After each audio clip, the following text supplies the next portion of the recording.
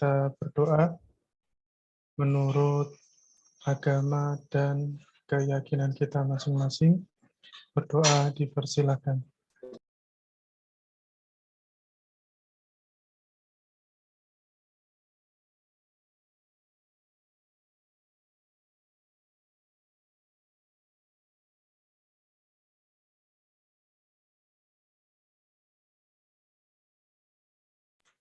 Cukup. Baik, teman-teman, terima kasih ya. Tugasnya sudah saya terima. Tadi dikirim sama Intan. 6 kelompok sudah mengirimkan semua dan sudah saya cek satu-satu sekilas ya.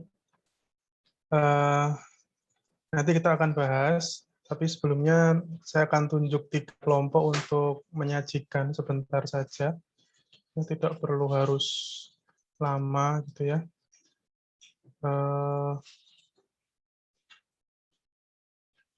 Sebentar. Ya, jadi silakan nanti saya tunjuk 3 kelompok untuk presentasi. Saya tunjuk karena hasilnya berbeda ya, jadi nanti bisa kita share, kita akan diskusi kira-kira kenapa bisa berbeda gitu ya. Tolong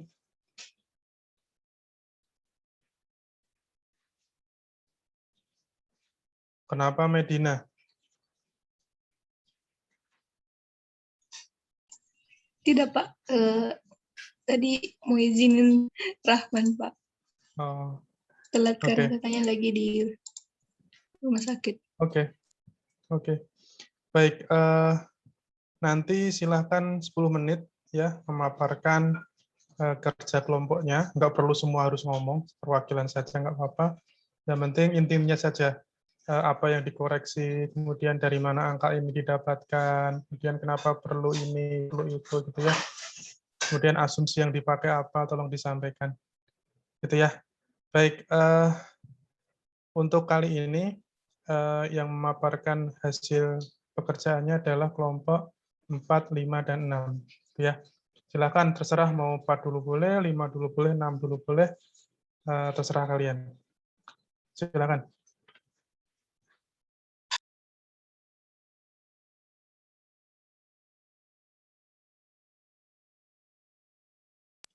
Mau apa? 6 dulu? 6 silakan, 6.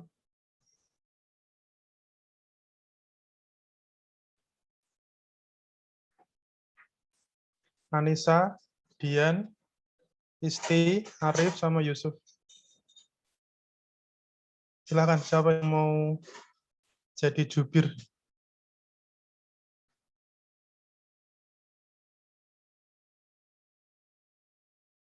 Halo? Anybody here? Bentar, Pak. Ya? Dian. Gimana, Yan? Iya, Pak. Izin saya screen ya, Pak.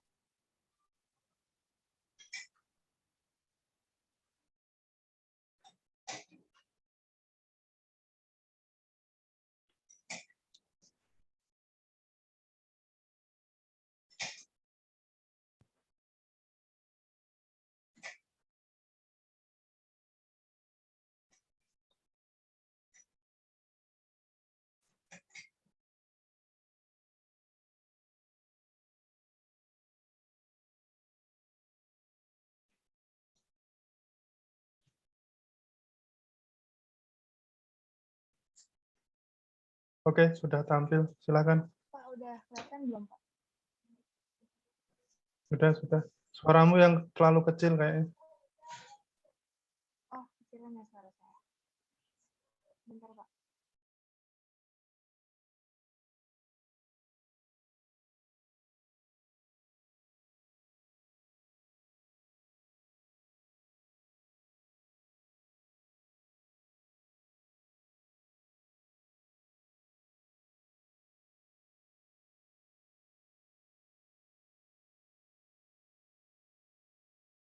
Lebih kencang, Pak.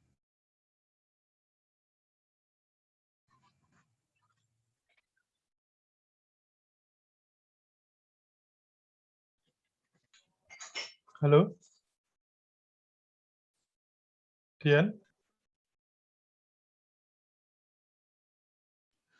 Ya Pak, udah kedengaran belum Pak? Sudah. Silakan.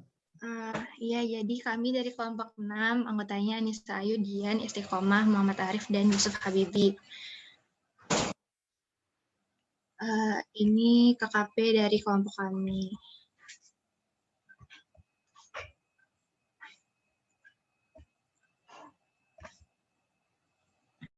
Ini untuk sheet indeksnya kayak gini Pak. Jadi ada 3. Yang pertama, pengujian penghasilan neto itu indeksnya B1, terdiri dari pemeriksaan langsung laporan keuangan, indeksnya B11, dan penghitungan menurut biaya hidup dan kenaikan kekayaan bersih B12. Lalu yang kedua, penghasilan tidak kena pajak, indeksnya B2, dan ketiga, kredit pajak, pemeriksaan langsung itu indeksnya B3. Selanjutnya, ini dari depan atau dari belakang ya Pak penjelasannya? Terserah, boleh dari belakang. Atau kalau enggak ke depan sini bilang angka ini dapat dari indeks ini gitu.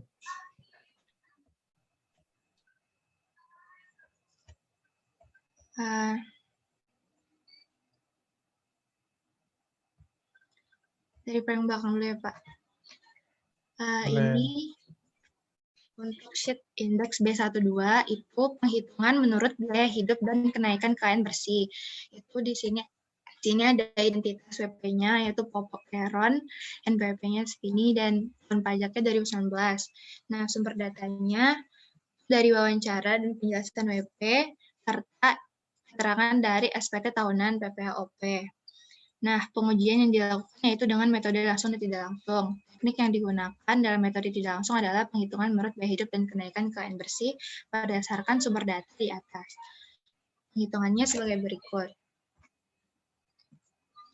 Seperti di soal, ada rincian biaya hidup dari WP-nya, pokok peron, itu biaya hidupnya segini, Pak. Dan juga ada keterangan waktunya. Untuk yang per bulan, kita tahunkan jadi dikali 12. Terus untuk yang tahun, dikali 1. Kayak gini. Semua biaya hidupnya kami include dalam rincian biaya hidup. Jadi jumlahnya 3.661.000.000. Nah, lalu ada keterangan harta dari WP. Itu hartanya terdiri dari 6, yaitu rumah, mobil Toyota, barang elektronik, mobil Honda, deposito, dan juga kafling tanah. Nah, ini keterangannya untuk tahun 2018, jumlah hartanya segini, dan tahun 2019 segini. Nah, adapun jumlah aktiva bersih akhir tahunnya itu tahun 2019, di total adalah 12.600 juta. Nah, sedangkan aktiva bersih awal tahunnya totalnya 9.950 juta. Jadi selisihnya atau jumlah penambahan aktiva bersihnya 2.650 juta. Nah, lalu ini kita exclude atau kita keluarin penghasilan yang bukan objek, yaitu dalam hal ini adalah warisan. Yang ini harta akhir tahun, kafling tanah, nilai NJOP, yaitu nilai 2.500.000 juta. Sehingga penghasilan neto totalnya adalah ini jumlah biaya hidup ditambah jumlah penambahan aktiva bersih dikurang penghasilan yang bukan objek atau final, yaitu jadi total kekayaannya 3.811.000.000 juta. Nah, sedangkan menurut soal itu penghasilan neto WP menurut SPT-nya adalah 2.500.000 juta, maka terdapat selisih sebesar 1.311.000.000 juta. Nah, kalau uraiannya kayak gini, penghitungannya menunjukkan bahwa penghasilan neto yang dilaporkan WP SPT tidak sesuai dengan penghitungan dari pemeriksa, yaitu selisih begini. Dasar hukumnya adalah Per 4 PJ 2012 tentang metode dan teknik pemeriksaan. Ini sesuai di soal. pemeriksanya ada namanya Butuh, Cemilan, dan juga Anda. Nah, lalu lanjut ke indeks B11.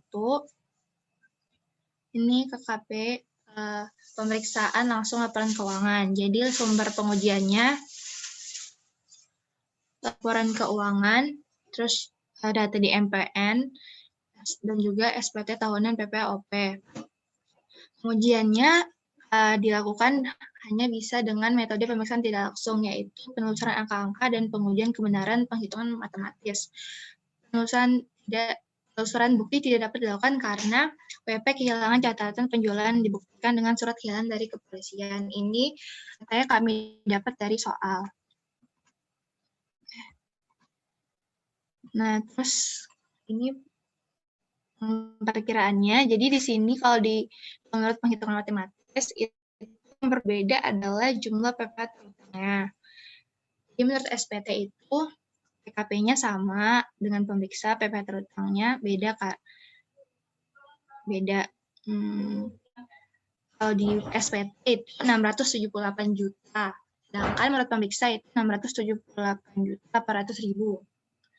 Nah, sedangkan kredit pajaknya juga berbeda. Kalau di SPT itu 678 juta, sedangkan menurut pemeriksa yaitu 653 juta. Hal ini dikarenakan di soal disebutkan bahwa data SSP PPh pasal 25 untuk bulan Februari sebesar 25 juta itu tidak tercantum di MPN.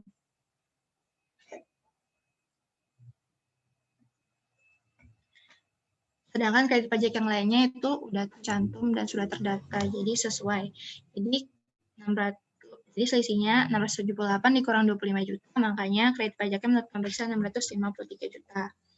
Nah, maka pajak yang kurang atau lebih, pajak yang kurang dibayar adalah 25.800.000.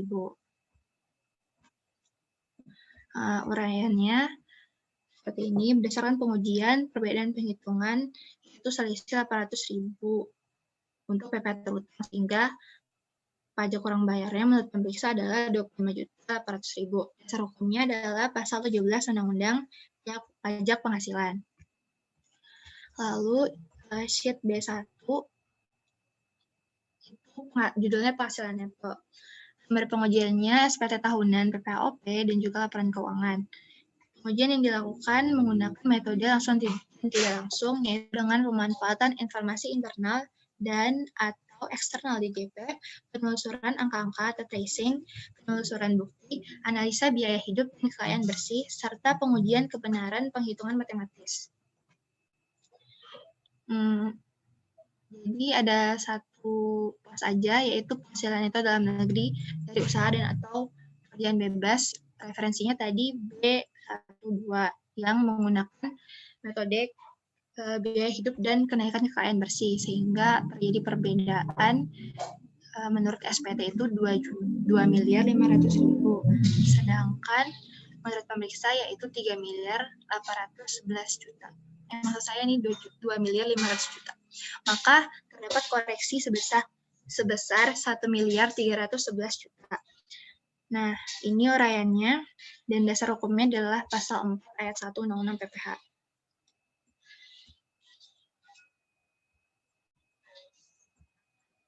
Selanjutnya ini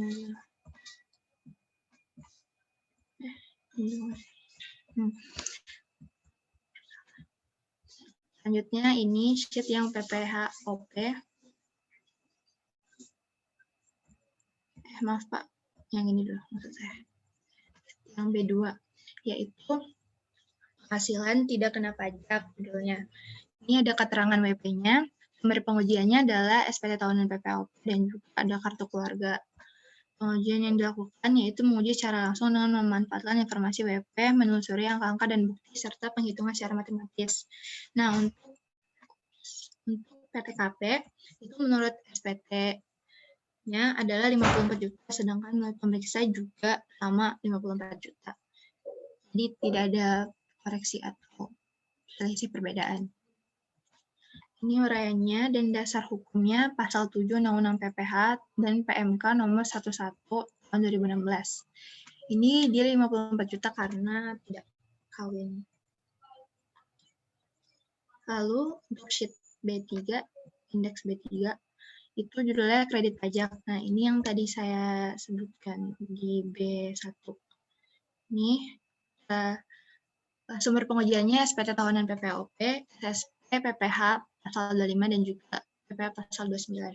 Pengujian yang dilakukan menggunakan metode langsung dengan menelusuri bukti dan dokumen, menguji kebenaran penghitungan matematis, serta konfirmasi kepada pihak-pihak. Nah, ini ada datanya SSP PPH 25 dari bulan Januari sampai bulan Desember. Nah, perbedaannya itu setelah diperiksa pada bulan Februari, datanya tidak ada di MPN. Makanya dikoreksi oleh pemeriksa, sedangkan SSP PPH pasal 29 itu sama, nggak ada koreksi. Uraiannya seperti ini, dasar hukumnya pasal 28 dan pasal 29 Undang-Undang PPH. Nah, baru ke sini. Ini sheet PPHOP.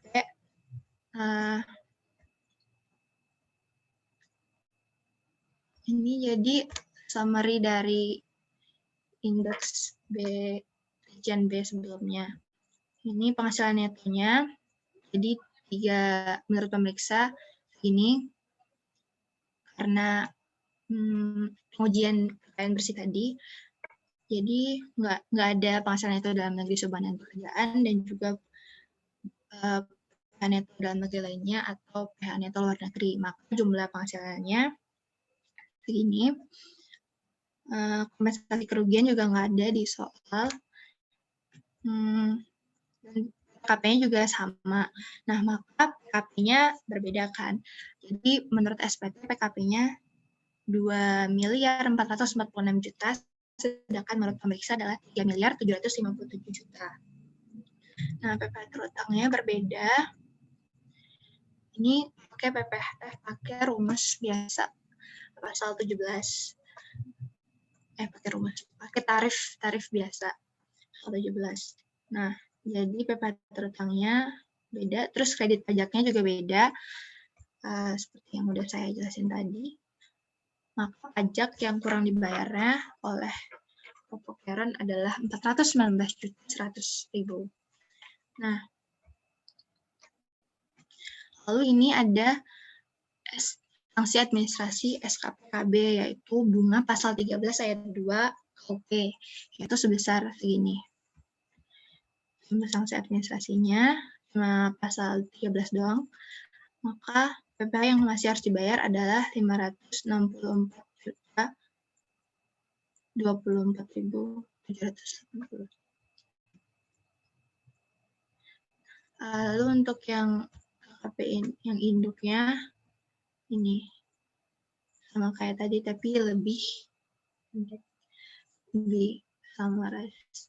Ini PKP-nya, PPh terutangnya, kredit pajaknya juga beda, maka koreksinya segitu. PPh yang masih harus dibayar adalah 452.016. Mohon maaf Pak, yang ini sanksi administrasi saya belum diganti. Maksudnya yang Harusnya berapa itu?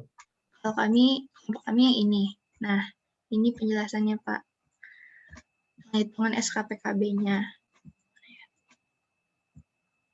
Ini jumlah penghasilan neto, sama kayak tadi PKP-nya 54 juta, PKP-nya. Nah, terus ini bunganya 19 bulan. Jadi Januari 2020 sampai Juli 2021.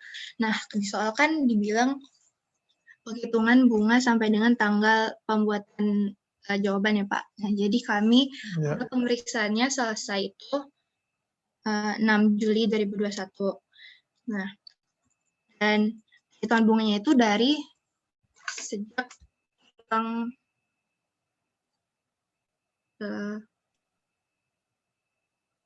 sejak berakhir tahun pajak 2019 ya Pak. Jadi dari dia tahun pajaknya 2019, maka dari Januari 2020 sampai Juli 2021.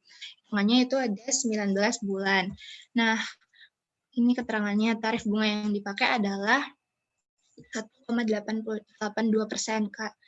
Karena sekarang kan udah berlaku Undang-Undang Cipta Kerja. Nah, menurut keterangannya itu kalau pemeriksaannya kan dilakukan sebelum ada Undang-Undang Cipta Kerja, yaitu atas tahun pajak 2019.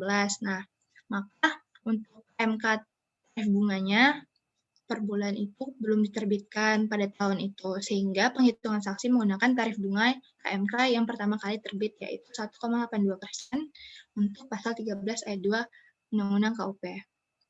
Jadi nggak pakai tarif bunga yang 2% lagi, Pak. Jadi segitu.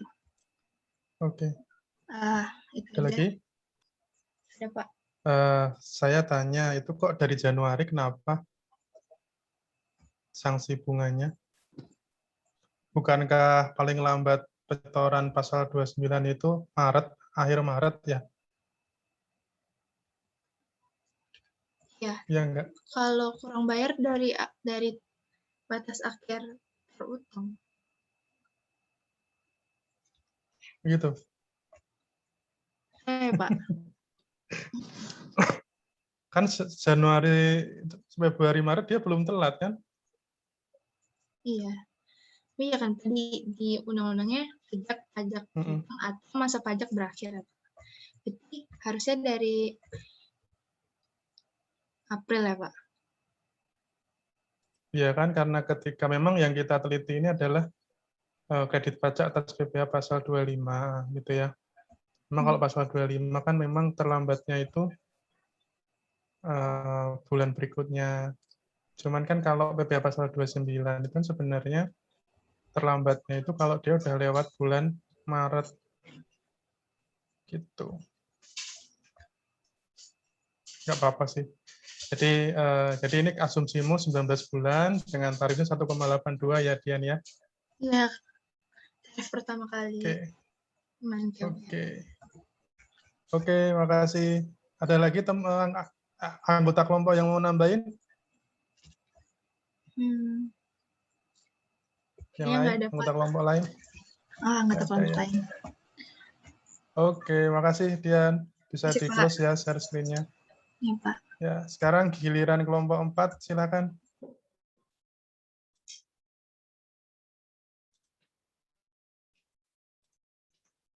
Izin share screen ya, Pak.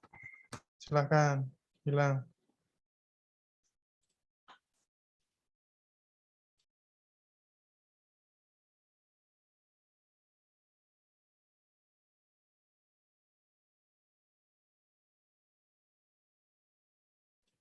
Ya, sudah tampil. Silakan.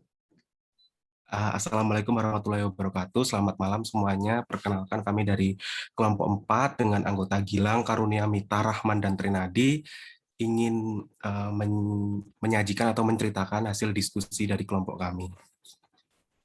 Silahkan bisa dimulai. Yang bertugas. Izin presentasi, Pak. Jadi kami Silakan. kelompok 4. Gilang buka doang, Lang. Ya udah, silakan bisa. Iya, Pak. Oke. Jadi di soal pada tahun 2020, pemeriksa pajak KPP Pratama Pondok Jagung itu memperoleh tugas melakukan pemeriksaan terhadap Popon Keron, pengusaha industri pembuatan bawang goreng. Nah, jadi ringkasan audit programnya itu di sini pemeriksa melakukan audit terhadap pos-pos dalam SPT, diantaranya penghasilan neto dalam negeri dari usaha dan atau pekerjaan bebas, PTKP, dan juga kredit pajak. Nah, ini untuk kode indeksnya.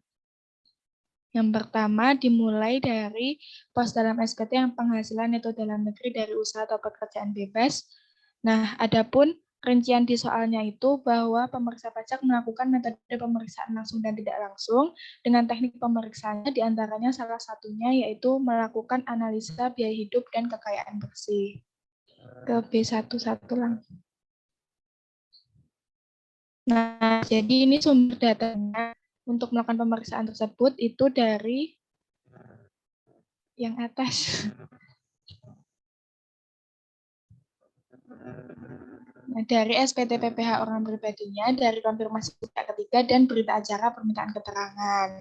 Nah, untuk pengujian dengan teknik analisis biaya hidup dan penambahan kekayaan bersih itu didasarkan pada fakta bahwa penghasilan yang diperoleh WP itu digunakan untuk membayar biaya hidup dan jika masih tersisa akan digunakan untuk menambah kekayaan. Nah, ini termasuk penghasilan yang dikenakan PPh final dan BOP. Lanjut, untuk penghitungan biaya hidupnya itu dari rincian biaya hidup di soal untuk yang per bulan disetahunkan, untuk yang 1 tahun tetap dijumlahkan. Nah, mungkin ini berbeda dari kelompok 6 tadi, yaitu kelompok kami itu menjumlahkan PPh 29, karena menurut kami pajak yang dibayar oleh WP itu merupakan biaya hidupnya WP yang bersangkutan. Begitu. Jadi jumlah biaya hidupnya 4.164 juta. Kemudian selanjutnya untuk penghitungan kekayaan bersih itu mengurangkan kekayaan bersih akhir tahun dikurangi dengan awal tahun, yaitu 12,6 miliar dikurangi 9,95 miliar. Nah, untuk data di soal bahwa penambahan harta berupa warisan itu telah dipastikan kebenaran klasifikasinya. Nah, karena warisan itu termasuk bukan objek atau final, maka PH netonya Popok Keron itu dari penambahan aktiva bersih 2,65 miliar ditambah dengan 2,5 miliar, jadinya 4 miliar 314 juta. Kemudian PH neto menurut SPT yang ada di soal itu sebesar 2,5 miliar, maka di sini terdapat selisih 1 miliar 814 juta. Untuk penjelasannya itu dasar hukumnya pasal 12 ayat 3 Undang-Undang KUP. Lanjut ke sheet yang B1.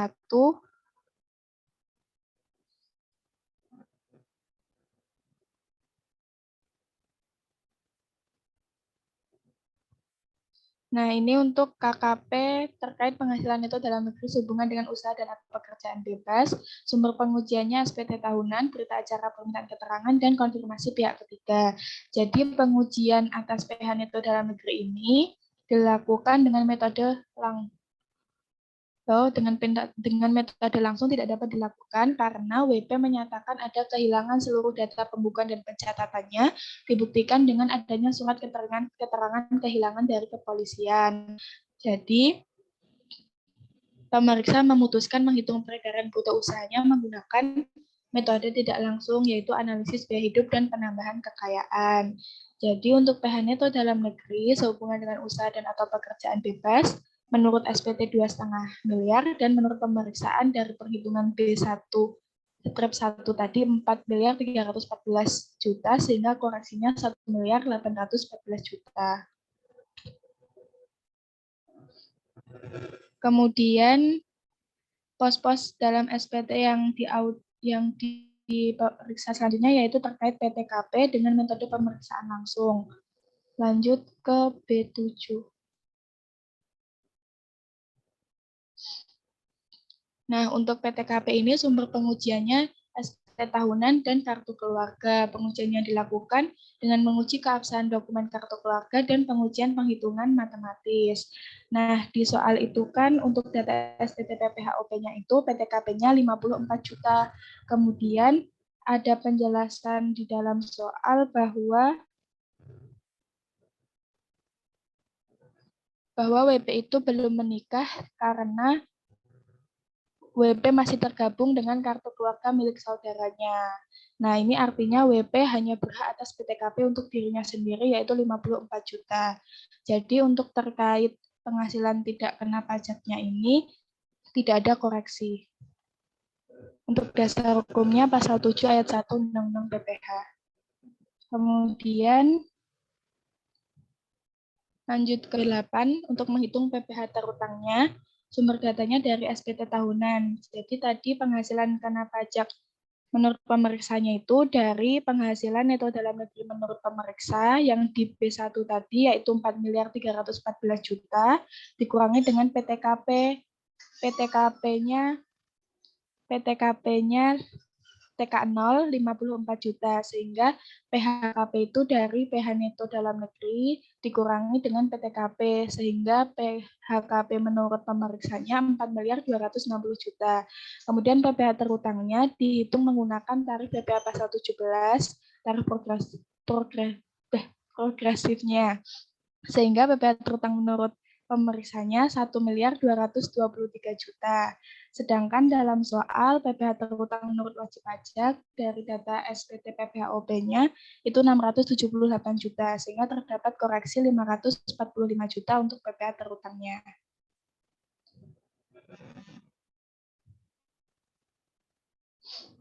Nah, untuk dasar hukumnya pasal 17 ayat 1 huruf A Undang-Undang PPh. Kemudian dalam soal pos dalam SPT selanjutnya yang diperiksa yaitu terkait kredit pajak dengan metode pemeriksaan langsung. Nah, sumber pengujiannya dari data MPN, dari konfirmasi bank persepsi, dan dari SSP. Pengujian yang dilakukan yaitu mencocokkan SSP dan data MPN serta melakukan konfirmasi ke bank persepsi. Lanjut ke B9/1 dulu terkait kredit B9 terkait kredit PPh pasal 25. Sumber pengujiannya sama tadi data MPN, konfirmasi bank, dan SSP. Dalam soal itu sudah ada rincian SSP PPh 25 per bulannya dari Januari sampai Desember, dan diberikan informasi dalam soal bahwa SSP masa Februari tidak ditemukan dalam MPN. Setelah melakukan konfirmasi ke bank persepsi, tidak ditemukan bukti bahwa WP telah menyetor PPh pasal 25. Oleh karena itu, untuk SSP Februari PPh 25 dikoreksi sehingga kredit pajak PPh 25 menurut WP itu 600 juta, sedangkan menurut pemeriksa 575 juta. Terdapat koreksi sebesar 25 juta. Untuk dasar hukumnya pasal 25 Undang-Undang PPh dan pasal 20 ayat 3 Undang-Undang PPh. Dan lanjut ke kredit PPh pasal 29, sumber pengujiannya masih sama, yaitu dari data MPN, dari konfirmasi bank persepsi, dan dari data SSP. Nah, untuk terkait PPh pasal 29 ini, datanya semua sudah sesuai dengan data ada MPN, sehingga tidak ada koreksi. Dasar hukumnya PPh pasal 29 Undang-Undang PPh dan PPh pasal 20 ayat 3 Undang-Undang PPh. Nah, lanjut ke B9-nya. Jadi, untuk kredit pajak PPh 25 dilakukan koreksi 25 juta dan PPh 29 tetap tidak ada koreksi, sehingga kredit pajaknya menurut WP 678 juta, menurut pemeriksa 653 juta, sehingga terdapat koreksi 25 juta dari PPh 25.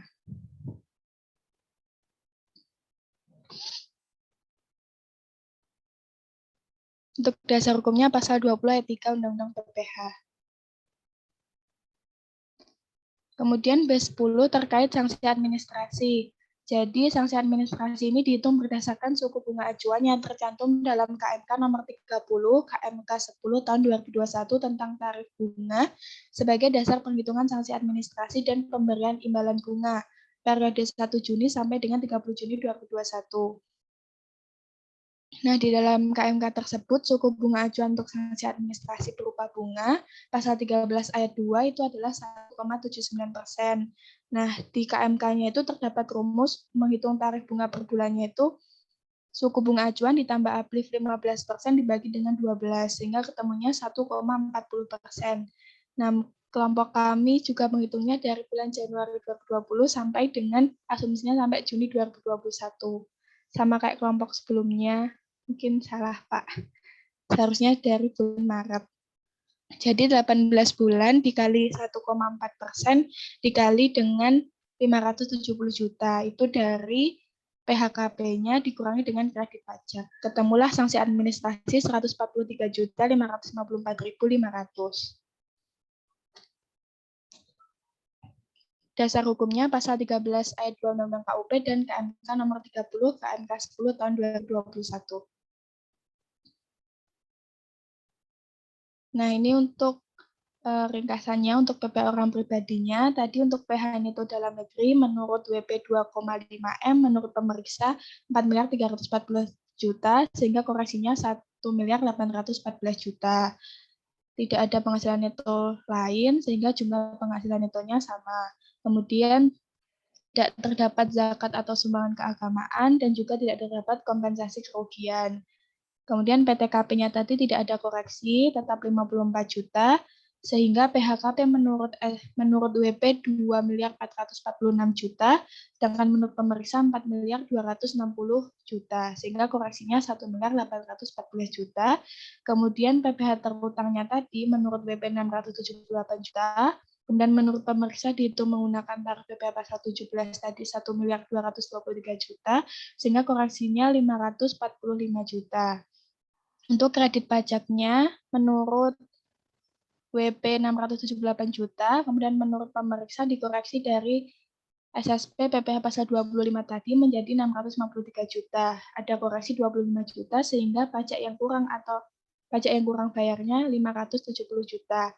Kemudian ada penghitungan sanksi administrasi berupa bunga pasal 13 ayat 2 Undang-Undang KUP yang di SIT B10 tadi 143.554.500 sehingga PPh yang masih harus dibayar oleh WP adalah 713.554.500.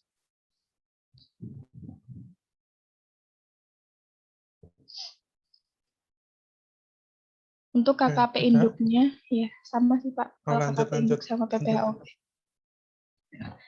Jadi penghasilan kena pajaknya menurut WP tadi 2.446 juta, menurut pemeriksa 4.260 juta, koreksinya 1.814 juta. Kemudian PPh terutangnya menurut WP 678 juta, menurut pemeriksa tadi menggunakan tarif PPh pasal 17, 1.223 juta, ada koreksi 545 juta. Kredit pajaknya menurut WP 678 juta, menurut pemeriksa ada koreksi dari SSP PPh pasal 25 bulan Februari jadi 653 juta.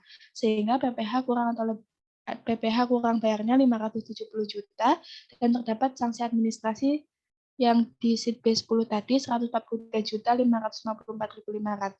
sehingga PPh yang masih harus dibayar oleh WP adalah 713.554.500. Sekian presentasi dari kelompok kami. Terima kasih. Oke. Terima kasih Mita, terima kasih Gilang. Oke ya, jadi perbedaannya yang tadi penghitungan untuk PPh pasal 25 ya pengeluarannya ya. Kalau kelompok 4 dia mengambil dari jumlah seluruh yang disetor sesuai tabel itu, terus kamu kurangkan apa? Kok jadi 575?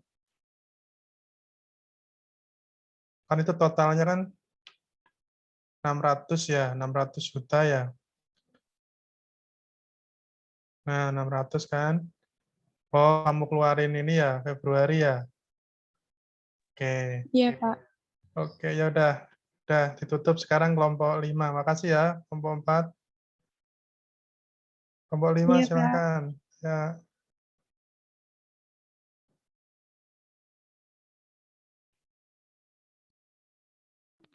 Assalamualaikum warahmatullahi wabarakatuh. Selamat malam, Bapak dan teman-teman. Di sini saya akan memperkenalkan terlebih dahulu anggota kelompok saya. Yang pertama ya ini saya sendiri. Di situ ada Ocha, Torosa, ada Kukuh, Sola, sama Shiva. Nah, langsung saja masuk ke indeks. Ini daftar indeksnya. Dan saya akan mencoba menjelaskan mulai dari belakang B.9.2.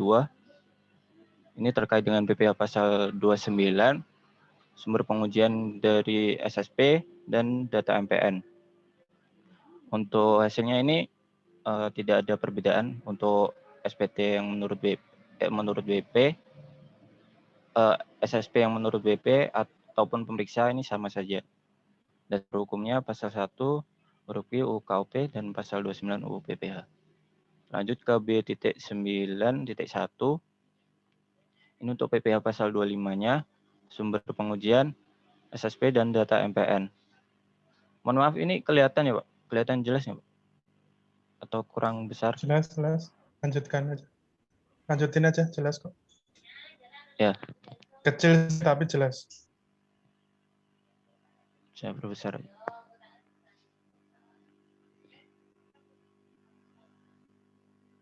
Ya, untuk PPh 25-nya yang menurut WP itu 600, menurut pemeriksa 575 juta.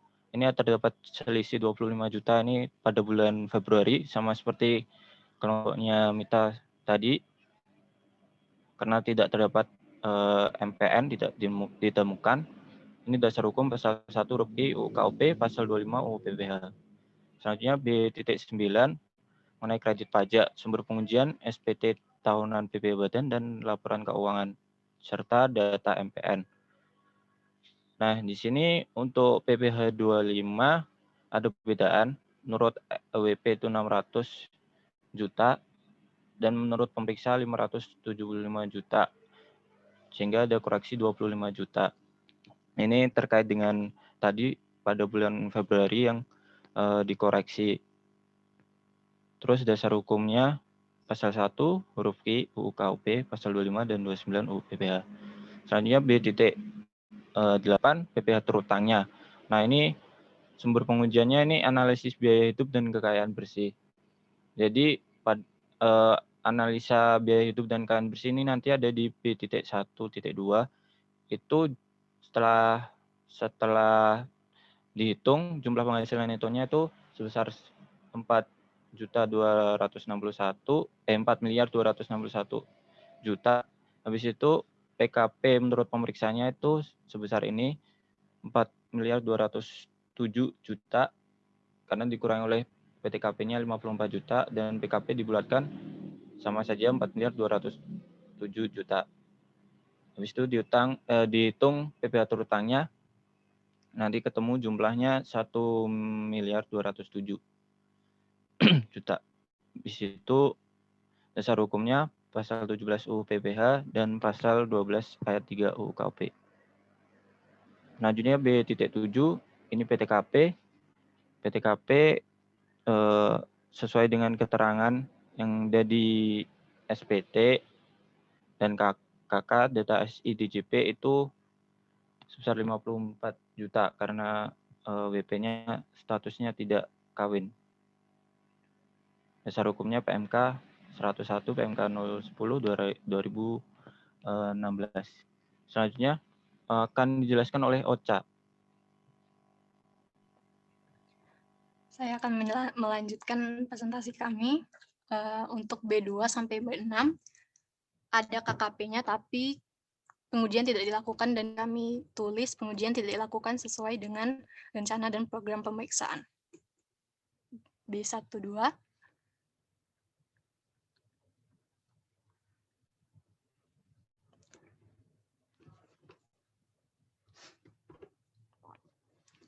B12 ini terkait penghasilan itu yang dihitung berdasarkan analisa biaya hidup, wajib pajak, dan kekayaan bersih. Sumber pengujiannya adalah SPT tahunan OP 2018 dan 2019, bukti kepemilikan harta dan hutang, dan berita acara wawancara dengan WP. Pengujian yang dilakukan yaitu dengan pemanfaatan informasi internal DJP, penelusuran angka-angka, bukti, analisis biaya hidup, dan pengujian kebenaran penghitungan matematis. Untuk biaya hidup kami masukkan semua yang disoal tapi dengan mengganti PPh pasal 25 menjadi yang sesuai dengan SSP 600 juta. Sehingga total biaya hidupnya adalah 4.100 juta 11.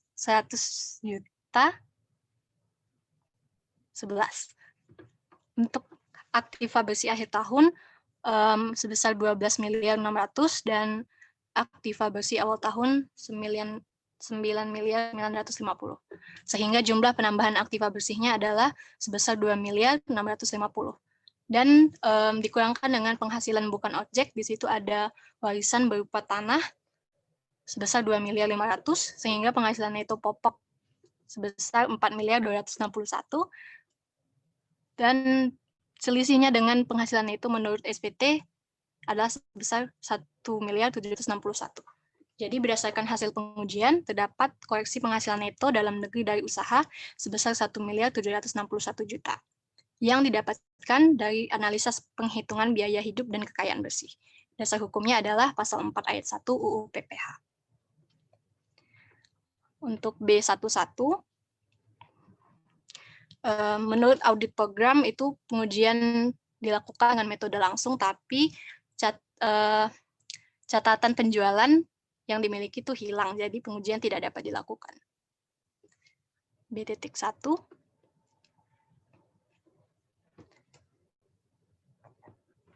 terkait dengan pengujian penghasilan neto, yang tadi penghasilan itu berdasarkan pemeriksaan langsung terhadap laporan keuangan dan bukti pendukung tidak dapat dilakukan, jadi menurut WP 2.500.000, menurut pemeriksa tidak ada.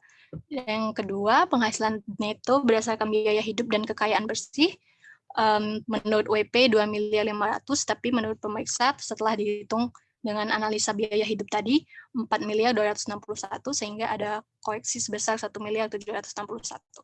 Berdasarkan hasil pengujian, terdapat koreksi penghasilan neto dalam negeri dari usaha sebesar 1.761 yang didapatkan dari penghitungan biaya hidup dan kekayaan bersih. Dasar hukumnya adalah pasal 12 ayat 3 UU KUP dan pasal 4 ayat 1 UU PPH. PPH-OP,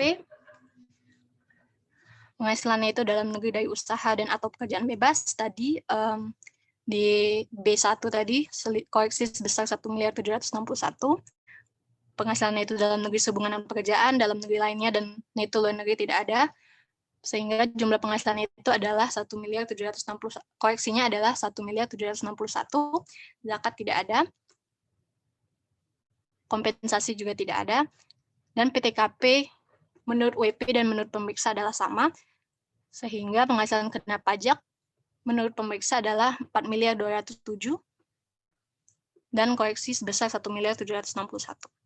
PPH terutang menurut WP 678 juta, menurut pemeriksa 1.207.100, sehingga ada koreksi sebesar 529.100.000.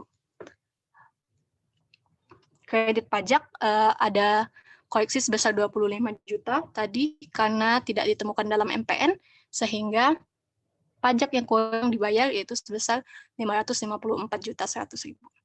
Nah, untuk sanksi administrasi kami menghitung dengan asumsi SKPKB diterbitkan pada tanggal 18 Oktober 2020 dan dihitung mulai dari bulan April. 7 bulan dikali dengan 2%. Sehingga pajak penghasilan yang masih harus dibayar ditambah dengan sanksi administrasi yaitu sebesar 631.674.000. Induk. Sehingga penghasilan kena pajak menurut WP 2.446, menurut pemeriksa 4.207, sehingga koreksinya adalah 1.761, dan PPH terutang ada koreksi sebesar 529.100, kredit pajak ada koreksi sebesar 25 juta, PPH kurang dibayar sebesar 554.100, sanksi administrasi 77.574.000, sehingga pajak penghasilan yang masih harus dibayar adalah sebesar 631.674.000. Soal 1 SKP sebenarnya sama.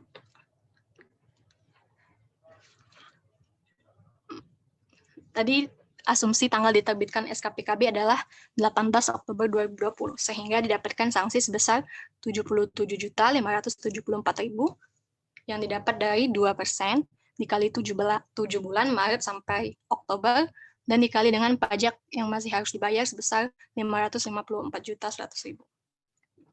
Sekian, terima kasih. Oke, makasih Rosa dan Ahmad. Kasih ya, kelompok 4, 5, 6 semua sudah present. Jadi kalian bisa mengidentifikasi mereka perbedaannya di mana. Pertama, terkait dengan bagaimana mereka menentukan biaya PPh pasal 25. Kemudian yang kedua terkait dengan bagaimana mereka menghitung sanksi, gitu ya. Untuk yang PPh pasal 25 kan untuk kelompok 1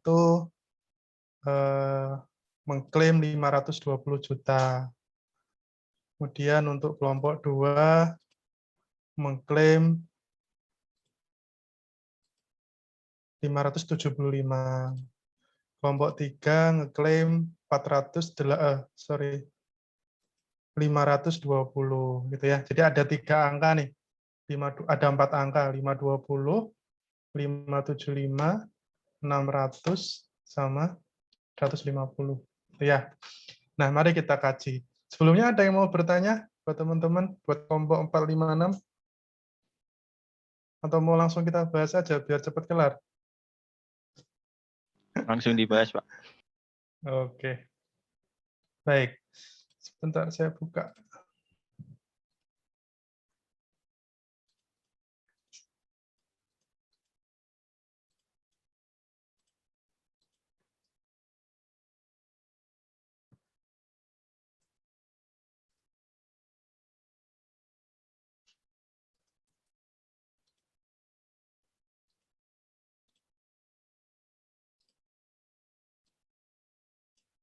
Kelihatan ya?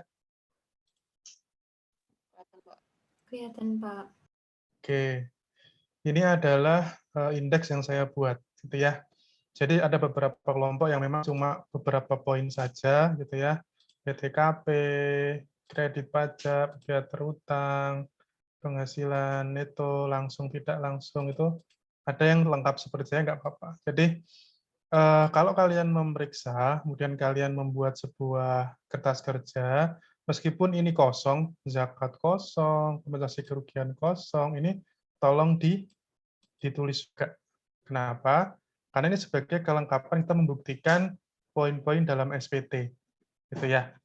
Takutnya kalau kita tidak buat masing-masing dari ini, nanti kita dianggap tidak melakukan pengujian, meskipun kita tahu bahwa itu zong, ya, tidak ada pengaruhnya sama sekali terhadap penghitungan kita. Tapi alangkah baiknya kita tulis semua, gitu ya.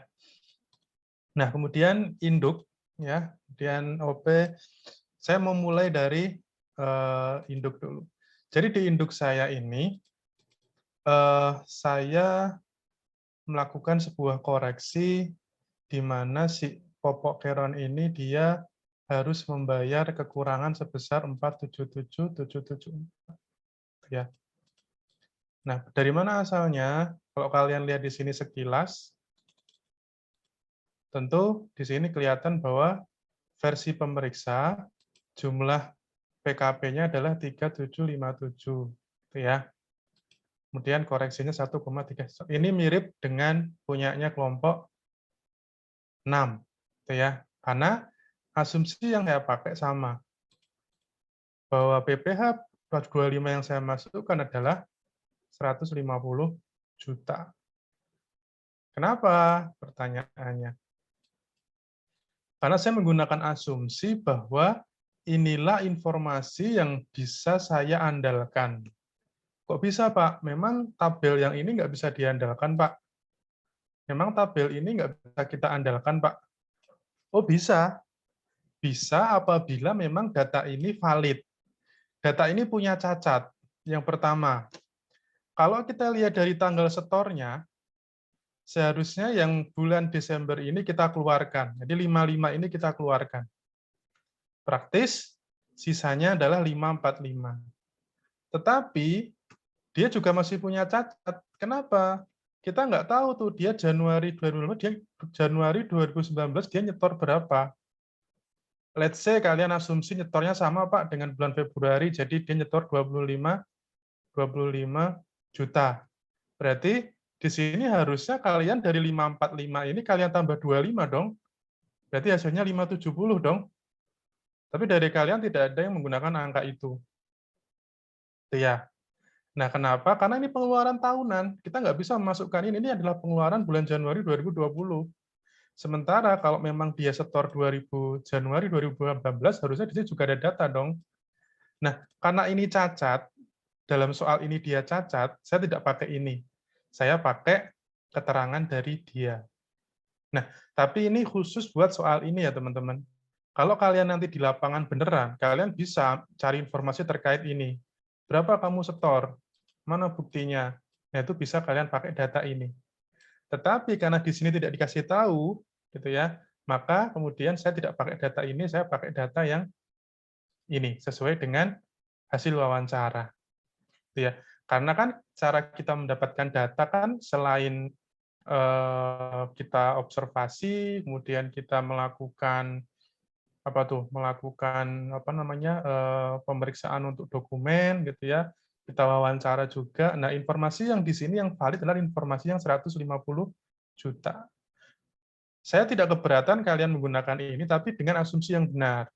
Jangan sampai kalian gunakan ini tapi asal nyomot, misal 600 juta Pak langsung saya pakai, boleh nggak Pak, gitu ya, atau saya kurangi 25 karena bulan Februari ini saya keluarkan, itu bukan asumsi yang benar. Karena kalian harus memperhatikan tanggal setornya. Mohon Itu ya, izin, Pak. teman-teman. Ya. Maaf Pak, Rahman baru izin bergabung, Pak. Baru pulang dari rumah sakit, Pak. Oh iya, Rahman gimana? Sehat? Sehat, Pak. Tadi cuma ambil agak lama ini, Pak, di antrian nebus obatnya tadi, Pak. Oke, nggak apa-apa, nggak apa-apa. Langsung join aja, nggak apa-apa. Terima kasih, Pak. Makasih, Pak. Ya, ya. Oke, sama-sama. Gitu ya, teman-teman ya. Jadi clear ya. Karena ini tidak lengkap informasinya, maka saya abaikan. Gitu. Nah, saya pakai yang informasi ini. Tapi kalau fakta di lapangan kalian bisa memeriksa beneran, kalian bisa menemukan bukti tanda setor ini semua, kemudian kalian bisa bisa kemudian mendapatkan semuanya lengkap, itu bisa kalian pakai. Nanti bukti bayarnya kalian lampirkan, gitu ya. Jadi saya sebenarnya nggak akan ngoreksi saklek harus ini, harus itu, nggak, asalkan asumsinya benar, itu benar. Tapi ketika kalian pakai ini nanti, kan harus asumsikan tuh, Pak, kami keluarkan yang ini karena disetornya Januari 2020. Kami tambahkan yang 25 juta, asumsinya kami gitu-gitulah. Clear ya, teman-teman? Oke. Jadi di sini saya pakai yang 150 juta. Ya praktis hitungan ke belakang sama dengan kelompok 6 tadi. Ada selisih 1311. Itu ya. Ada dasar hukumnya saya pakai KUP sama PPH ya. Jadi di sini ada koreksi terkait dengan penghitungan tidak langsung, kekayaan bersih, dan juga biaya hidup gitu ya. Nah, kemudian di B11 tadi kelompok 6 kelirunya di sini ya. Kelompok 6 tadi dia mengisi ini seperti halnya SPT yang dia sampaikan. Padahal ketika kita di sini itu tujuannya adalah untuk menguji langsung terhadap laporan keuangan. Ya. Tak karena dalam soal dia bilang bahwa semuanya itu hilang, mana tadi? Nah, ininya itu hilang, maka seharusnya kita di sini kosongin saja. Kita anggap tidak ada. Ya, bilang pengujian tidak dapat dilakukan. Gitu. Nah, kemudian ketika sampai di B1, nah ini menurut SPT, kita ambil dari SPT, kemudian menurut kita berapa. Nah, itu sisinya sekian, ya sama. 12 ayat 3, 4 ayat 1. Itu, kemudian kita masuk ke PPH UP. Nah, ini ya kalian semua udah betul semua lah bagian ini. Nah, sekarang kita ngomongin sanksi nih. Asumsi saya masih pakai asumsi 2%, sama kayak kelompok 5 tadi ya. 7 kali 2 kali PPH terutang. Nah, saya senang kalian ada yang berasumsi bahwa pemeriksaannya selesai 2021, Pak. Gitu ya. Jadi bunga yang kami pakai adalah bunga baru, bukan yang 2%. Cuman ada ada dua pendapat tadi, kelompok 6 dan kelompok 4 kalau nggak salah.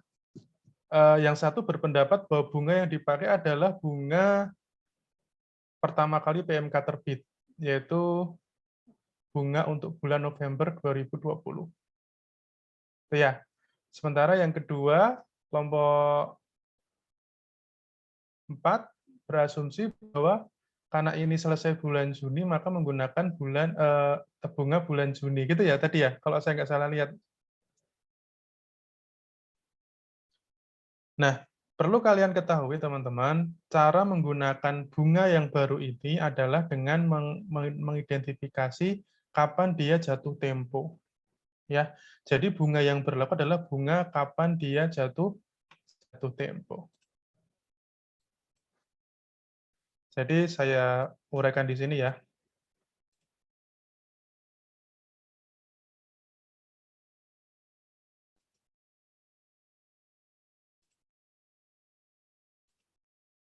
Jadi misal dia itu ya PPH SPT misal apa? Contoh yang paling enak apa? Misal PPN. Ya. PPN itu kalau dia masa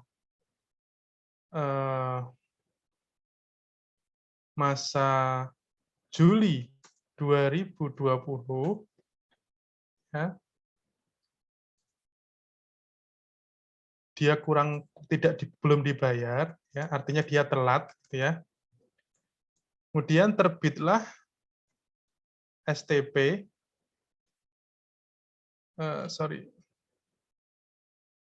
bulan Juli kan harusnya paling lambat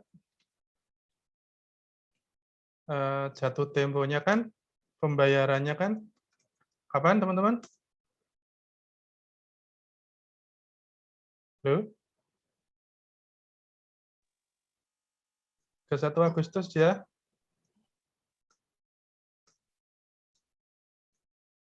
Ini ya. Ternyata dia bayarnya adalah let's say kapan? Januari 2021. Nah, dalam kasus semacam ini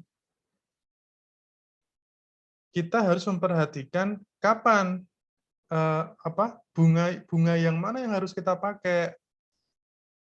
Apakah bunga Juli? Apakah bunga Agustus?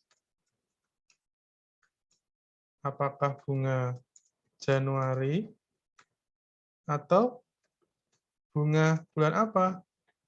Oh ya, karena kan sekarang modelnya tiap bulan terbit tuh bunga yang baru gitu ya, diupdate terus. Nah, bagaimana cara menghitungnya? Mana bunga yang harus kita pakai? Ya. Nah, di PMK-nya bilang bahwa untuk yang jatuh tempo sebelum terbitnya PMK ini, maka menggunakan PMK ini. Sehingga ketika dia masa Juli, jatuh temponya Agustus, dibayarnya Januari, maka dia menggunakan bunga bulan November saat PMK baru terbit. Jadi bunga yang ada dalam PMK November ini berlaku untuk semua bulan yang sebelum November. Dengan catatan bahwa STP ini terbitnya setelah November.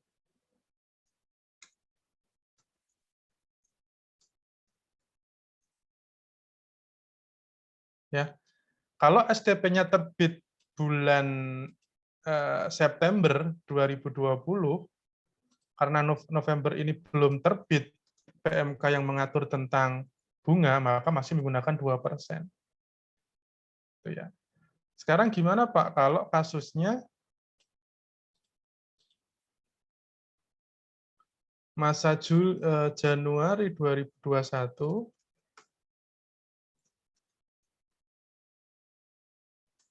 jatuh temponya kapan?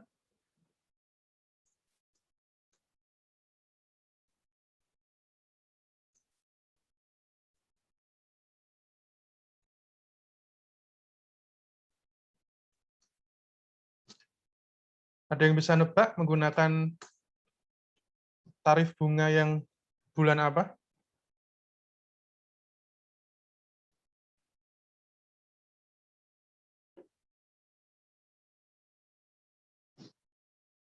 Halo, guys?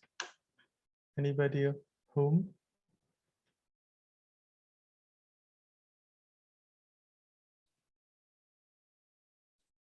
Yang bisa nebak?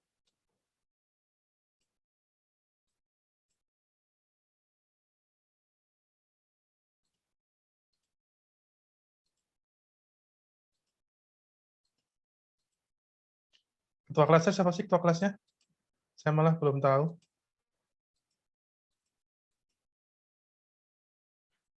Siapa Intan? Yusuf Habibi, Pak.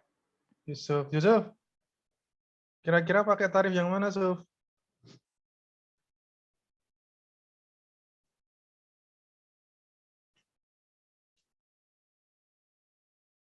Yusuf, are you there?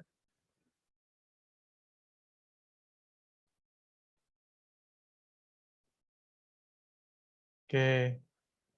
Tiduran kali Yusuf.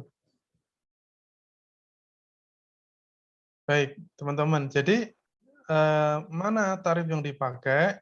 Tarif yang dipakai adalah ketika dia jatuh tempo plus 1. Jadi tarif yang dipakai adalah tarif bulan Maret. Logikanya gimana, Pak? Logikanya ketika bulan Februari berakhir, dia itu belum telat. Karena masa PPN Januari kan paling lambat disetor akhir bulan Februari. Ketika dia bayar 2 Februari itu dia belum telat, dia masih bisa, masih boleh. Gitu. Nah, begitu dia masuk ke bulan tanggal 1 Maret, ya, maka dia sudah terlambat. Nah, hari pertama dia terlambat itulah yang menjadi dasar untuk memilih tarifnya. Jadi bukan saat dia bayar atau bukan saat STP terbit.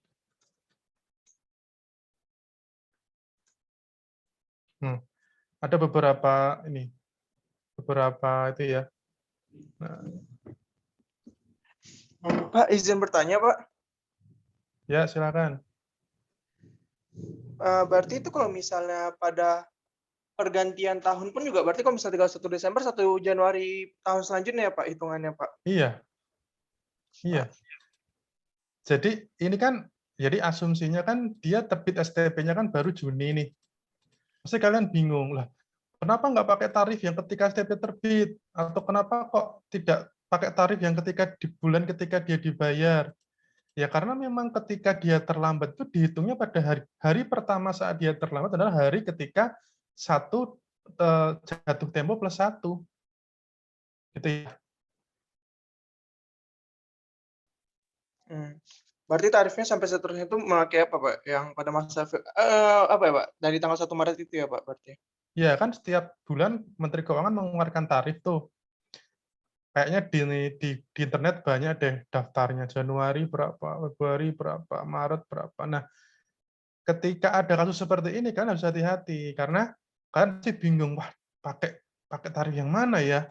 Sementara semua udah terbit nih, kayak KMK Januari terbit, KMK Februari udah terbit, April terbit, Juni udah terbit misalnya. Sekarang bulan Juli kan, nah semua udah terbit nih. Nah kalian bingung gimana ya tarif yang mana ya? Nah pastikan bahwa itu adalah tarif di mana dia mulai pertama kali terlambat.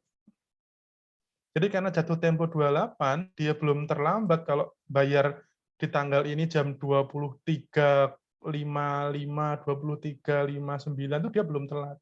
Begitu masuk tanggal 1 Maret, dia kan terlambat tuh. Nah, dia menggunakan bunga yang berlaku pada bulan itu.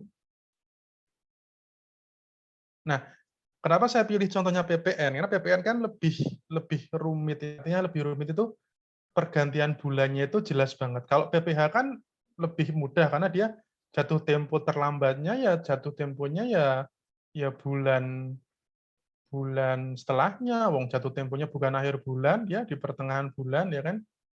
Jadi sebenarnya itu ya cukup lebih mudah lah. Kalau yang agak lebih membuat bingung ya ini, Mas PPN ini. Karena begitu dia +1 itu udah beda bulan gitu ya. Nah, jadi kalau kalian menggunakan asumsi pemeriksaan selesainya Juli, kemudian dia apa namanya atas pemeriksaan untuk tahun pajak 2019, maka betul tadi kelompok berapa tadi yang mengasumsikan menggunakan tarif bulan November. Betul, tetapi asumsi bulannya keliru kalau nggak salah tadi saya lupa. Jumlah bulannya masih menggunakan 19 atau berapa gitu ya. Itu. Harusnya dihitung mulai dari bulan April. Gitu ya. Ada pertanyaan nggak? Teman-teman. Nggak ada? Oke. Sebenarnya isu besarnya itu, isu besar yang saya lihat dari hasil pekerjaan kalian itu ya. Kalian sudah bagus ya, basically sudah bagus mengerti bagaimana cara mengisinya, bahwa di bagian tengah ini kalian sebenarnya boleh mengisi apapun gitu ya. Ini ya, kita belajar ada bagian tengah. Nah, untuk yang B2 ya saya memasukkan yang bukan apa namanya? Sehubungan dengan pekerjaan ya, 0. B3 ini terkait dengan PPh final. Dalam negeri lainnya 0. Kemudian itu luar negeri juga 0. Terkait dengan zakat juga 0 ya. Semua tetap saya tulis gitu ya. Tetap saya bikinkan indeksnya agar orang membaca itu tahu bahwa saya sudah melakukan pemeriksaan untuk poin-poin ini. Nah, kalian jangan lupa menggunakan statusnya apa ya. Kebanyakan dari kalian langsung masuk ke PTKP 5454. Tapi tidak memberitahu sebenarnya dia itu berapa statusnya apa sih, TK0 atau K0 atau K1 gitu ya. Di sini boleh ditulis menggunakan asumsi seperti tadi ada yang bilang ada informasi bahwa yang bersangkutan belum menikah meskipun masih ikut kakak, saudara dan sebagainya ya. Kemudian ini penghitungan tarifnya untuk PPh terutang ya, semua sudah benar harusnya D3 pajak masa salah gitu ya. Kemudian terkait dengan koreksi kredit pajak tentu kalian juga sudah mahir karena ada yang tidak ditemukan buktinya gitu ya. Kita koreksi. Kemudian ini penghitungan terkait dengan pasal 25-nya. Ini perhitungan terkait dengan PPh 29-nya. Itu ya. Jadi semuanya sudah benar terkait dengan peletakan sheet-nya. Pada dasarnya kalian sudah benar membuat KKP gitu ya. Cuma tinggal beberapa aja yang masih sedikit di sini tolong dilengkapi lagi. Sebenarnya saya juga mengajarkan ini juga sebenarnya ya agak sedikit lebih nyantai. Artinya kalau kalian melakukan kesalahan-kesalahan juga pasti saya maklumi gitu ya, karena kan baru pertama. Karena besok juga kalian kalau mau uji pemeriksaan pajak ada diktat kayak gini juga terkait dengan pembuatan KKP. Jadi akan lebih rinci dikasih tahu oleh mereka. Jadi jangan terlalu jadi beban. Yang penting kalian belajar saja. Kira-kira yang bisa kalian ingat yang mana gitu ya. Nah sekarang saya mau mengasih tahu beberapa dokumen yang diperlukan. Ya. Nah, besok kalau kalian sudah jadi pegawai DJP, kalian jadi pemeriksa, sebenarnya banyak aplikasi yang mempermudah kalian. Ini salah satunya. Ya, ini kalian tinggal isikan identitasnya, identitas kantor kalian, kemudian kode suratnya, nomor sprintnya, kemudian dan sebagainya bisa diisi semua nanti keluar otomatis di belakang. Itu ya. Nah ini covernya ya. Cover ini cover LHP. Nah, jadi ada seperti ini bentuknya. Ada kriteria pemeriksaannya lapangan, masa tahun pajaknya, tujuannya apa gitu ya. Nah ini kemudian lembar pengawasannya. Ini adalah fungsinya adalah untuk kita tahu dokumen itu sampai di mana, ya. Ketika kita tahu bahwa kita harus bikin rencana pemeriksaan, program pemeriksaan, perubahan. Nah, ini semua ada tanggalnya. Tanggal dokumennya berapa, tanggal diterimanya berapa. Jadi dengan begini berkas kita tidak akan hilang, gitu ya. Tidak akan hilang karena ada lembar pengawasannya. Kemudian fungsinya juga kita bisa jadi checklist mana sih yang belum dilakukan, mana sih yang sudah dilakukan, semuanya ada di sini. Kalian tinggal, oh tanggal dokumennya ini berarti sudah dilakukan, kemudian ini sudah dilakukan, gitu ya. Sampai pada LHP. Nah, jadi intinya adalah bahkan sampai dengan not hit, gitu ya. Not hit sebagai dasar untuk membuat SKP. Sampai pada pengembalian. Nah, ini dalam LEMWAS ini setiap stepnya ada ya. Jadi ini sebenarnya seperti clue ya, petunjuk buat kalian untuk melaksanakan pemeriksaan. Nah, kita kemarin belajar tentang review sheet ya. Review sheet ini dibikin oleh supervisor gitu ya. Ini ada review dari kepala kantor, kemudian ada review penelaahan dari supervisor. Ya. Jadi baik supervisor maupun kepala kantor dia bisa melakukan review atas laporan hasil pemeriksaan. Kalau si kepala kantor ini dia melakukan reviewnya atas LHP, atas laporannya. Kalau si supervisor dia melakukan review atas KKP-nya. Itu ya. Jadi masing-masing punya tugas sendiri-sendiri. Nah, ini SPHP. Jadi SPHP ini satu lembar surat sebenarnya ya kepada wajib pajaknya gitu ya. Perihalnya adalah pemberitahuan hasil pemeriksaan. Kemudian cuma gini aja, sehubungan dengan sprint nomor sekian tanggal sekian, mengingat hasilnya apabila tidak memberikan tanggapan tertulis maka bla bla bla bla bla. Nah, ini nanti ada lampirannya namanya daftar temuan. Nah, daftar temuan pemeriksaan ini dilampirkan dalam SPHP.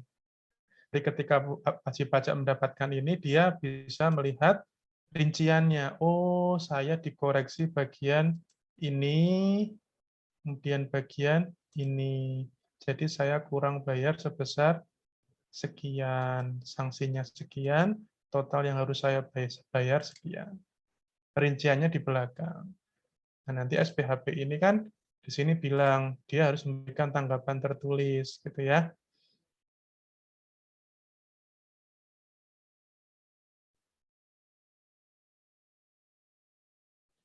Gitu. Nah, kemudian ada yang namanya risalah pembahasan. Nah, ketika tadi WP-nya itu datang, ya SPHP harus dia datang, maka kita bikin ikhtisar, ya. Nanti yang tanda tangan adalah wajib pajaknya, kemudian tim pemeriksanya, mengetahui kepala kantor. Jadi isinya adalah pembahasan. Apakah wajib pajak itu setuju atau tidak dengan pembahasan ini. Kemudian kalau tidak setuju, dia mengajukan GE atau tidak. Gitu ya. Jadi intinya cuma pertama, kita meriksa terkait dengan WPOP. Kemudian pokok masalah koreksinya terkait dengan penghasilan itu bedanya segini. Terkait dengan kredit pajak bedanya segini. Nah, seperti ini. Kalau sudah, kemudian kita bikin ikhtisar hasil pembahasan akhir. BP setuju nih. BP setuju, kita bikinkan ikhtisar. Isinya sama juga, ringkasan. SPT-nya ini, koreksinya ini. Gitu ya. Jadi hasilnya bahwa seharusnya ada kurang bayar sebesar 477.700 termasuk sanksi. Itu ya.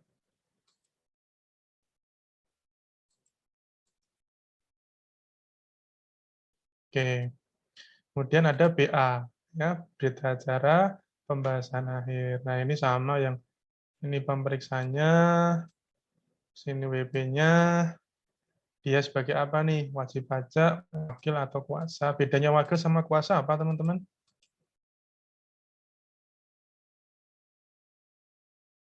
Ada yang tahu? Kalau wakil biasanya dia untuk wajib pajak badan, ya. Badan kan dia tidak punya, bukan sosok orang, sehingga siapapun yang datang mewakili dia sebagai wakil. Kalau kuasa tentu yang dia megang surat kuasa. Iya. Nah, orang yang megang surat kuasa itu jangan serta-merta kalian percaya sebagai kuasa, karena ada syarat-syarat sebagai kuasa, ya, diatur dalam peraturan. Dia harus tahu pajak, ya, dia harus punya ini, punya itu, banyak syarat-syaratnya. Tanda tangan WP, kemudian tim, kemudian kepala kantor, ya. Nah, kemudian ada note hit. Note hit ini sebagai sumber dari pembuatan SKPKP, ya. Jadi note hit, nota penghitungan PPh ini untuk apa? STP, SKPKB atau SKPKBT atau LB atau SKPN atau SKPPKB gitu ya. Nah, itu kalian tinggal silang. Kemudian dasarnya apa? Penelitian, pemeriksaan, atau apa? Ya, dasar hukumnya apa? Masa pajak berapa? Tahun buku berapa? Ya. Kemudian identitas wajib pajaknya. Kemudian ini terkait dengan tadi yang poin-poin yang kita uraikan.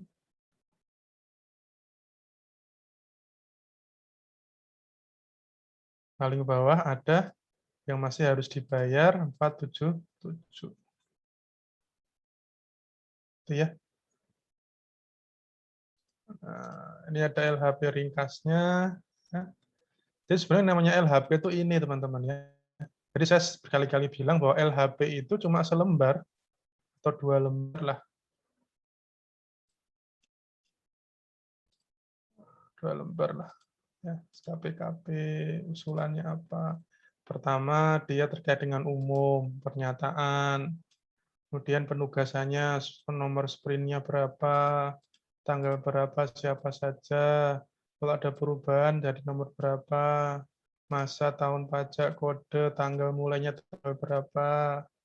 Kemudian nama identitasnya, anggota keluarganya siapa saja, alamatnya di mana, teleponnya, usulannya apa? Pertama, menerbitkan SKPKB sebesar 477.700. Ya. Nah, kemudian kita tanda tangan. Udah. Jadi itu yang harus kita bikin untuk produk dari pemeriksaan. Gitu ya, teman-teman. Ada yang mau bertanya? Silakan.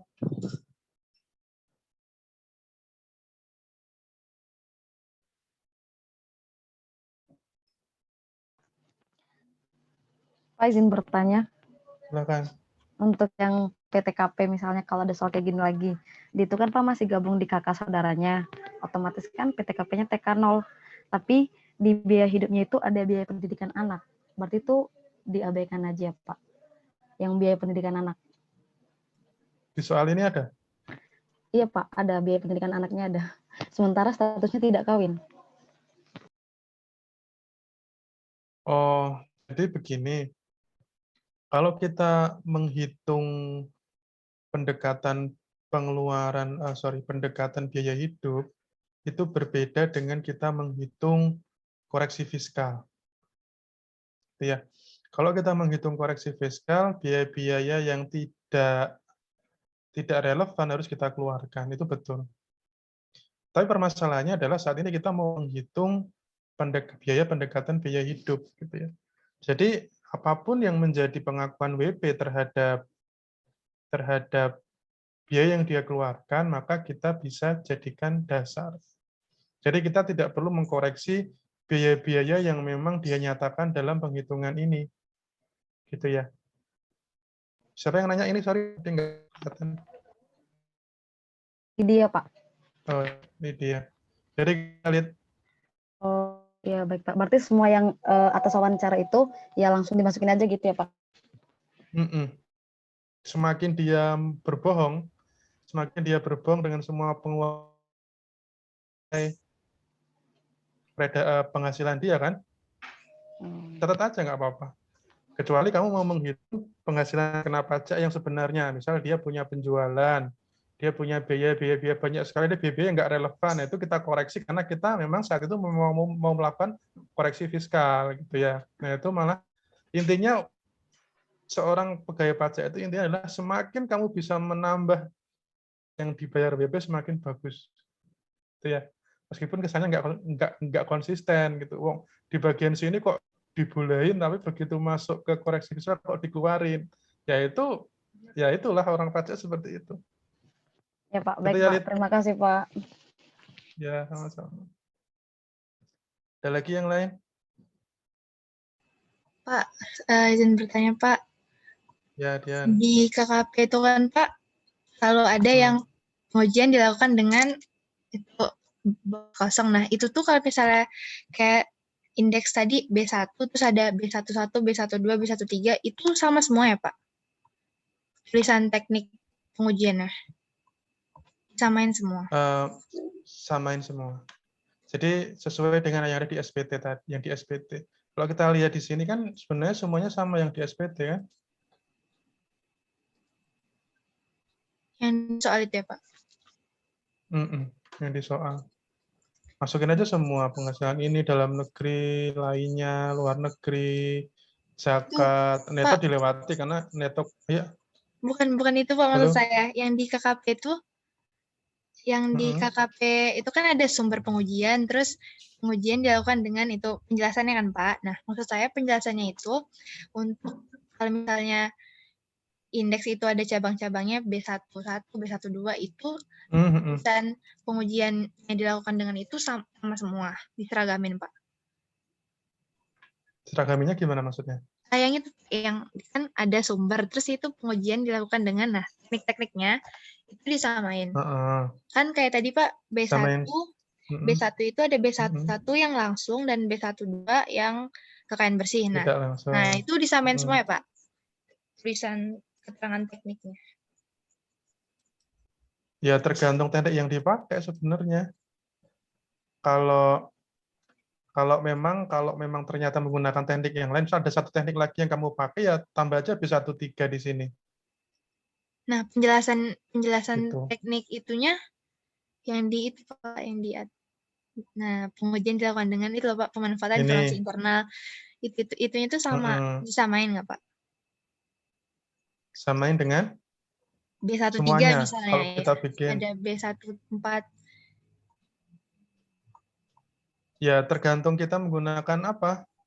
Ini kan sebenarnya kita menggunakan kalimat ini karena kita ingin menggunakan penelusuran terkait dengan angka-angka, bukti, sama analis biaya hidup ini kan.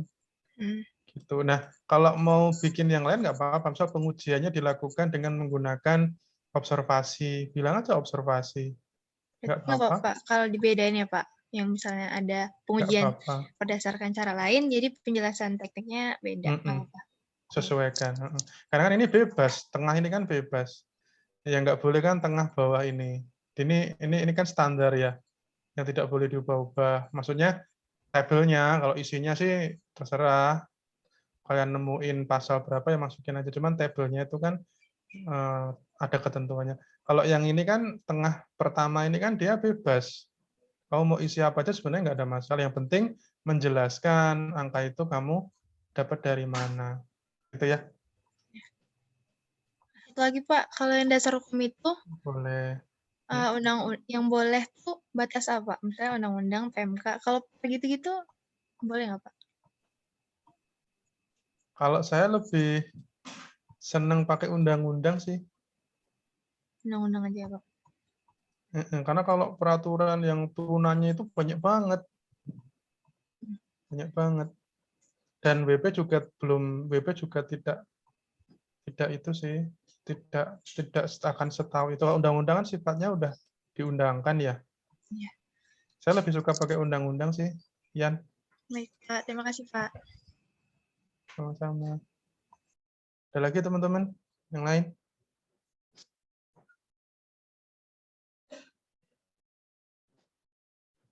Nggak ada?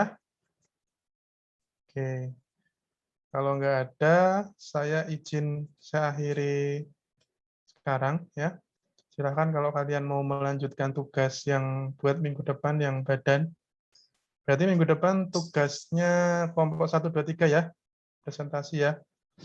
Kalau bisa jawabannya beda-beda biar bisa kita evaluasi gitu ya.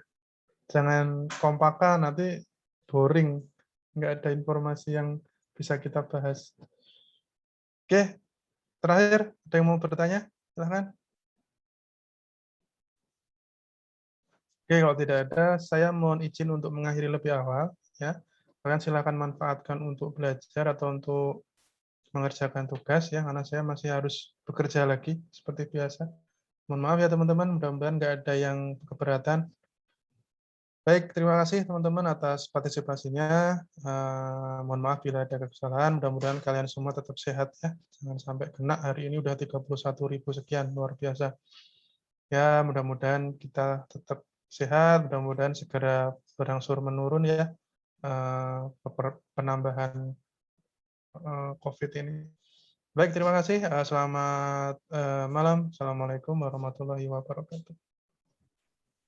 Waalaikumsalam warahmatullahi wabarakatuh. Terima kasih, Pak. Terima kasih. Pak.